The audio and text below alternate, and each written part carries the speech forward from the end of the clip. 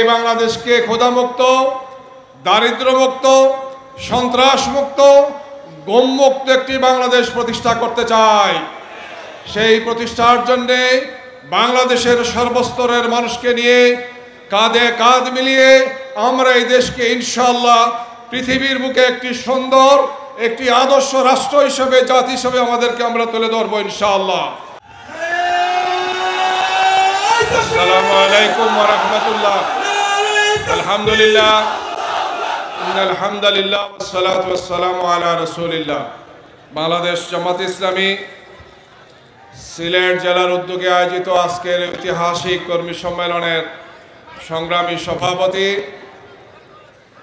সম্মেলনের সম্মানিত প্রধান অতিথি, বাংলাদেশ জামাত ইসলামীর কেন্দ্রীয় আমিরে জামাত, সিলেটবাসীর প্রিয় নেতা, মজলুম জননেতা জনাব ডাক্তার শফিকুর রহমান, উপস্থিত সম্মানিত অতিথিবৃন্দ, সংগঠনের নেতৃবৃন্দ, ইসলামী ছাত্র শিবিরের নেতৃবৃন্দ, সাংবাদিক বন্ধুগণ, একান্ত প্রিয় কর্মী ভাইরা, আলহামদুলিল্লাহ, আল্লাহ সুবহানাহু ওয়া তাআলার শুকরিয়া।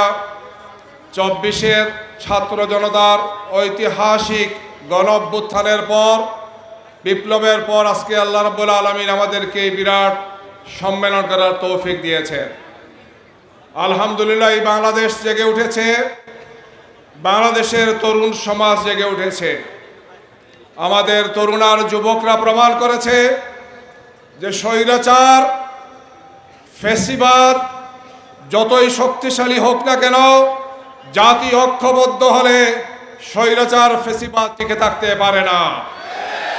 বাংলাদেশে আর স্বৈরাচার আর ফ্যাসিবাদ ফিরে আসবে না ইনশাআল্লাহ। আমরা এই বাংলাদেশকে ক্ষুধামুক্ত, দারিদ্র্যমুক্ত, সন্ত্রাসমুক্ত, গমমুক্ত একটি বাংলাদেশ প্রতিষ্ঠা করতে চাই।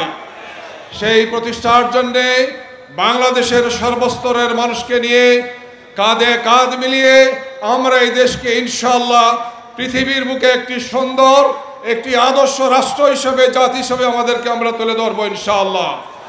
আগামী দিনের সংগ্রাম, আগামী দিনের রাজনীতি, আগামী দিনের নির্বাচন, সব কিছুতেই আমরা এই কথাটি প্রমাণ করবো ইনশাআল্লাহ। আসুন দেশবাসীকে সাথে নিয়ে আমরা বিশেষ করে সিলেট জেলা সহ সিলেটের প্রতিটি অলিতে গলিতে, প্রতিটি পাড়ায় মহল্লায় ইসলামী আন্দোলনের যে দুর্গ, আমরা সাধারণ জনগণকে সাথে নিয়ে আমরা সেই চমৎকার সংগঠন গড়ে তুলে প্রমাণ করে দেই যে জামাত ইসলামী এই দেশের সব মানুষের প্রিয় ঠিকানা। ধর্ম, বর্ণ, জাতি নির্বিশেষে সবার সবচেয়ে আদর্শ স্থানীয় ঠিকানা হবে জামাত ইসলামী। জামাতের প্রতিটি নেতা এবং কর্মী আমরা সেই ধরনের একটি সুন্দর সমাজ প্রতিষ্ঠার জন্য কাজ করব। আমি সেই উদাত্ত আহ্বান জানিয়ে, সবাইকে মোবারকবাদ জানিয়ে আমার বক্তব্য এখানে শেষ করছি। সবাইকে ধন্যবাদ। আসসালামু আলাইকুম ওয়া রাহমাতুল্লাহি ওয়া বারাকাতুহু।